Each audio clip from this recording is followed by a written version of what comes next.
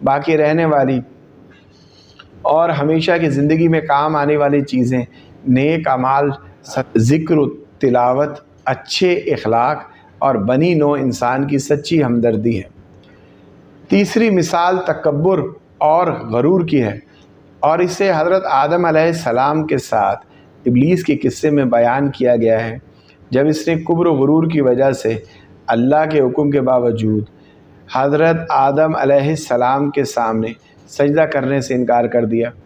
اس کا خیال تھا میں افضل ہوں، اور یہ کیسے ممکن ہے افضل مفضول کے سامنے سجدہ کرے۔ اس قصے کے ضمن میں انسان کو سمجھایا گیا ہے کہ وہ کبھی بھی فخر اور گھمنڈ میں مبتلا نہ ہو، اور اللہ کے حکموں کے سامنے منطق نہ لڑائے کہ بندے کا تقاضا تسلیم اور انقیاد ہے، نہ کہ حجت بازی اور انکار۔ الحمدللہ رب العالمین۔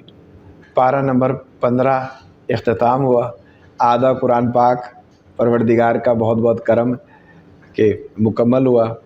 گزشتہ زندگی میں کبھی مجھے خود بھی موقع نہیں ملا قرآن پاک کو اس انداز میں پڑھنے کا، سمجھنے کا، تو بس میرے دل میں یہ بات تھی کہ میں خود پڑھ رہا ہوں، تو مجھے یہ تھا کہ اگر تھوڑی سی محنت ہوگی، کیونکہ روزے کے دوران پڑھنے سے بڑا سلسلہ ہوتا ہے کہ، اور اس کے بعد اس کے ساتھ 1-1.5 گھنٹہ ریکارڈنگ بھی، اس کی ایڈیٹنگ بھی ہوتی ہے، تو مجھے بس یہ تھا کہ یا اللہ میری اس خدمت کو اس مد میں قبول فرمانا کہ کل میں مر بھی جاؤں، یہ ویڈیو چلیں گی تو میرے پروردگار تو اس کی وجہ سے مجھے اجر عطا کرنا جب جب لوگ دیکھ رہے ہیں۔